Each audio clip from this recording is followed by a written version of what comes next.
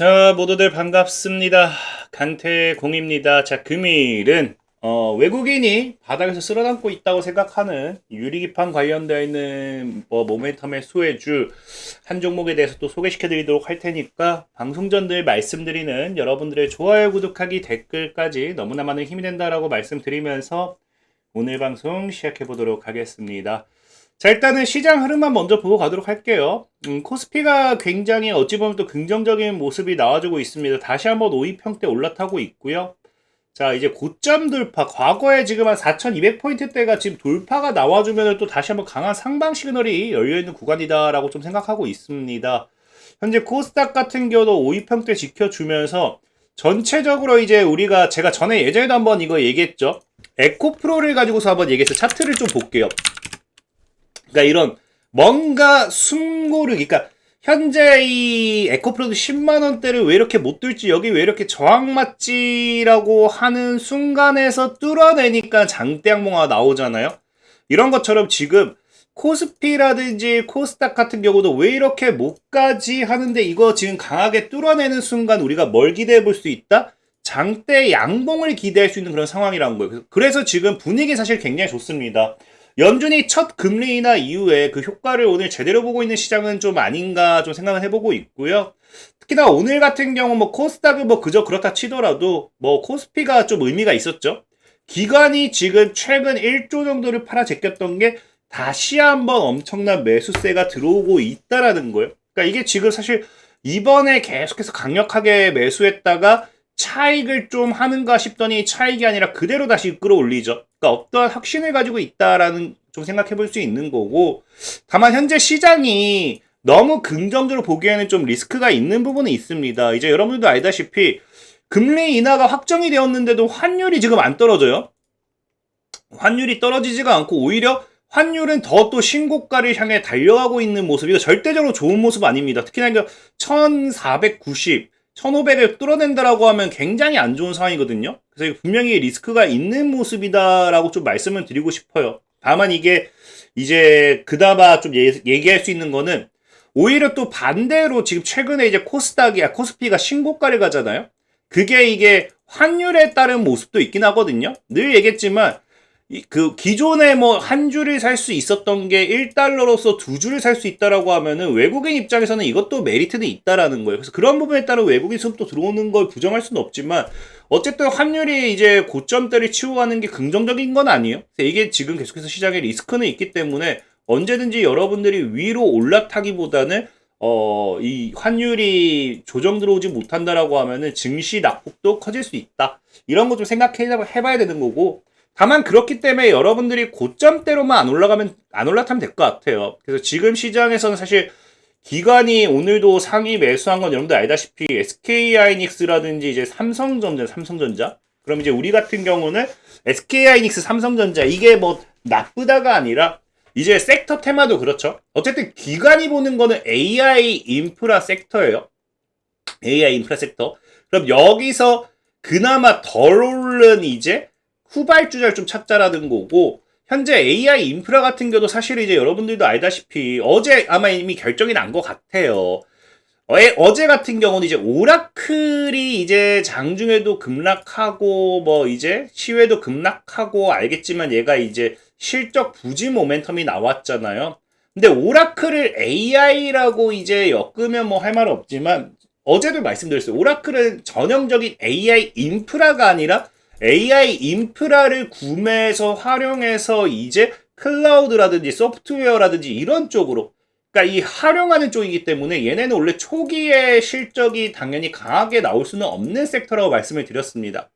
근데 오늘 같은 경우가 이제 기관이 강한 매수세가 들어올 수 있었던 게 반대로 지금 브로드컴 같은 경우는 뭐했다? 실적이 굉장히 훈풍이었다는 거죠. 그래서 국내 증시 반도체 중심 상승 출발했다라는 건데 현재 물론 지금 브로드컴이 아직도 빠지고 있나? 지금 브로드컴이 현재 보면은 아직도 빠지고 있는지 봐야 될 것 같아요. 그러니까 아까 시외도 지금도 빠지고 있네요.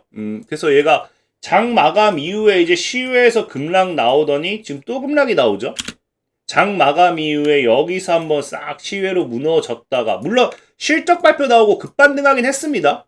한 4% 급반등하더니 갑자기 쫙 무너지죠. 그리고 다시 한번 또 무너지는데 지금 브로드컴 같은 경우는 일단 실적은 굉장히 좋게 나온 상황이에요. 근데 지금 이렇게까지 무너지는 이유가 이런 이제 인터뷰 발표죠. 그래서 지금 보다시피 실적이 이게 진짜 나쁘지 않은 게 기본 예상치보다도 수익이 180억 1,500만 달러라고 했는데 애널들의 이제 전망이 170억 정도예요. 그러니까 수익은 굉장히 좋게 나왔고 실질적인 이비타의 이제 예상 매출도 67%, 이거 1분기 거네요. 그래서 뭐 41% 이런 거 쭉쭉쭉 68% 해당합니다. 굉장히 좋게 나왔어요. 특히나 지금 브로드컴이 사실 지금 빠지는 건 말도 안 된다고 생각할 수 있는 게 뭐냐고 하면은 4분기에 사상 최고 매출을 기록했거든요. 그러니까 지금 엔비디아도 그렇고 브로드컴도 그렇고 분기 최고 매출을 기록하면서 AI 인프라가 강하다는 걸 지금 계속해서 보여주고 있는 거예요. 그러니까 아까 얘기했다시피 오라클 같은 경우는 AI 인프라가 아니죠. 그러니까 AI 인프라에 대한 기업이 강하다. 그러니까 이게 어떻게 보면 이게 우리가 옥석 가리기라고 해야 될까요? 누가 지금 AI 인프라냐, AI 아니면 클라우드 서비스냐 이런 것들, AI 인프라를 활용해서 무언가 하는 기업들. 그래서 그런 누구냐의 차이라고 보고 있긴 한데 어쨌든 브로드컴을 통해서도 AI 인프라에 대한 이런 부분이 앞으로도 엄청나게 성장할 거다라는 걸 기대를 할 수 있다라는 거예요. 특히나 지금 보면 아시겠지만 이 뒤에 1분기 사업 전망 사실은 이게 지금 191억 달러라고 하고 예상 매출이 67%라고 하거든요. 그러니까 이게 시장에서는 조금 불안정하게 받아들이는 것 같아요.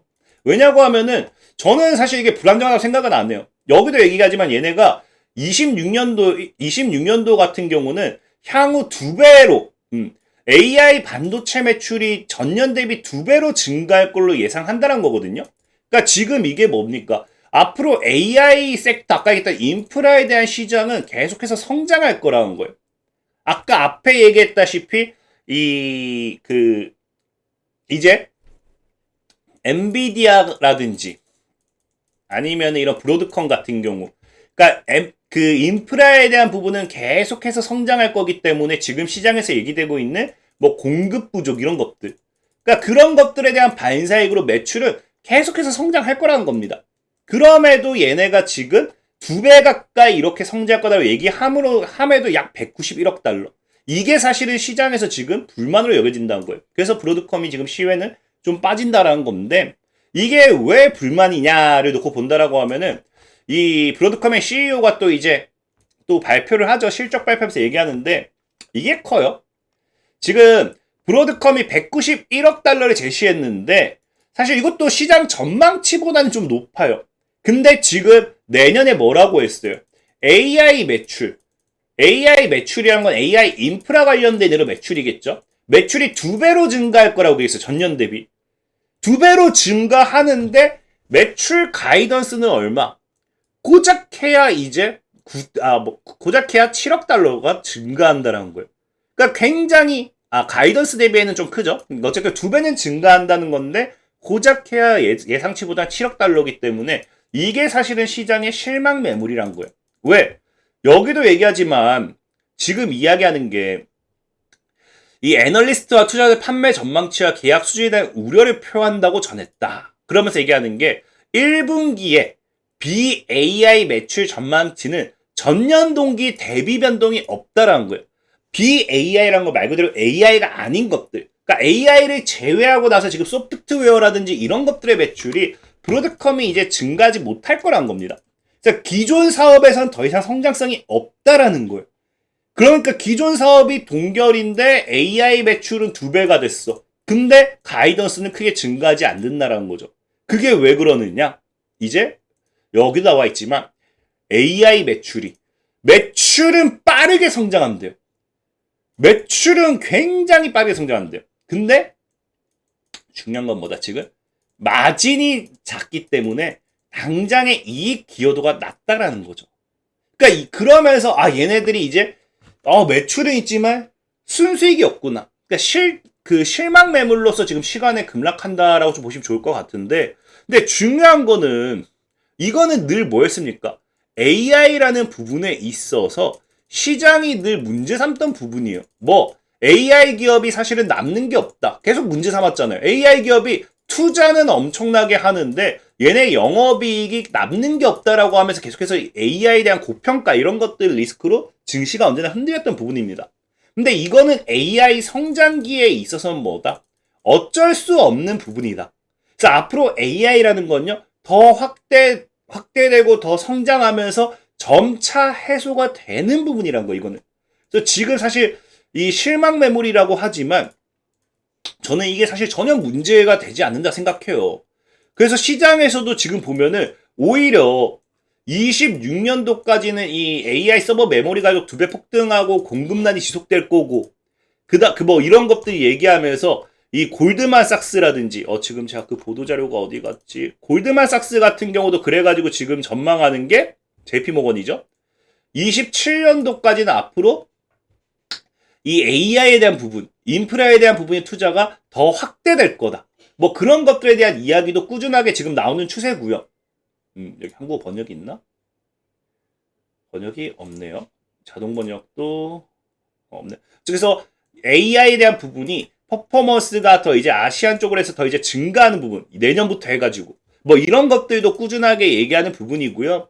그 다음에 이제 현재 보면은 이 골드만삭스 같은 경우도 27년도까지는 메모리에 대한 패키징 부분이 꾸준하게 계속해서 성장할 거다. 그러니까 판매량은 계속해서 증가한다는 거예요. 그러면서 이제 삼성전자 같은 경우도 14만 전자가 오나라는 이야기가 뭐다? 역대급 AI 메모리 대란은 온다라는 거예요.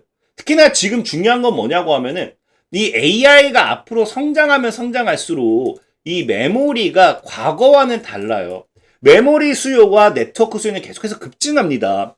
그래서 지금 현재 과거에는 이제 그렇게까지 HBM이라든지 D램, 이 D램 관련되어 있는 부분이 시장이 성장한다고 해서 급격하게 많이 필요했던 부분이 아니에요. 근데 여러분들도 알다시피 최근에는 AI라는 게 꾸준하게 성장하잖아요. 꾸준하게 성장하는데 중요한 거는 엔비디아도 그 성장에 맞춰서 지속적으로 확대하잖아요. 그러니까 HBM이 더 많이 사용이 된다는 거예요. 그래서 지금 같은 경우도 현재는 120에서 190GB라고 하면은 차세대 서버에서는 384GB로 더 급증할 거라고 시장은 보고 있습니다. 그래서 과거에는 이제 메모리 자체가 애초에 탑재량이 작았다라고 하면은 이번에는 AI 성장으로 인해서 메모리 탑재 양도 계속해서 증가하고 있고, 그래서 과거의 메모리 슈퍼사이클과는 완전히 다르다는 게 뭐다? 시장이 바라보는 추세예요. 그래서 매출은 급격하게 증가하는 건 우리가 부정할 수 없습니다. 근데 여기서 영업이익이 마진이 낮다라고 하지만 이것도 뭐다? 시간이 지나면서 점차 증가한다는 거예요. 결국에는 우리가 물량으로 찍어 들어온다는 박리담회라고 한다 하더라도 뭐예요?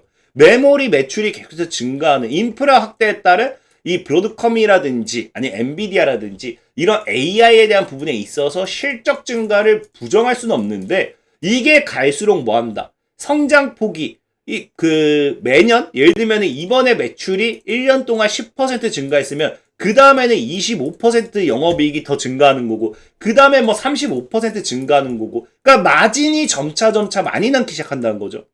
그렇기 때문에 지금 이거는 너무나 단발적으로 정상적인 현상이고, 우리는 지금은 이제 뭘 봐야 된다? 앞으로의 AI 슈퍼 사이클에 대한 대비를 해야 된다라는 거예요. 그래서 지금 뭐 했다? 오늘 같은 경우도 기관이 오히려 개인이 팔아제낄 때 기관은 1조 4천억이라는 정도의 이런 매수세를 강하게 집어넣은 게 아닌가를 우리가 생각을 좀 해봐야 된다는 거예요. 그래서 그런 부분을 본다라고 하면은 저는 그래서 여러분들에게 지금 이 반도체 섹터들, 그럼 결국에 우리가 슈퍼 사이클을 봐야 되잖아요. 그럼 어떤 거를 매수하는 게 좋냐를 놓고 본다라고 하면은 여러분들도 알다시피 뭐 지금 삼성전자, SK하이닉스를 지금 다 사고 있어요. 심지어 삼성전자 신용도 검은 꽉 찼습니다.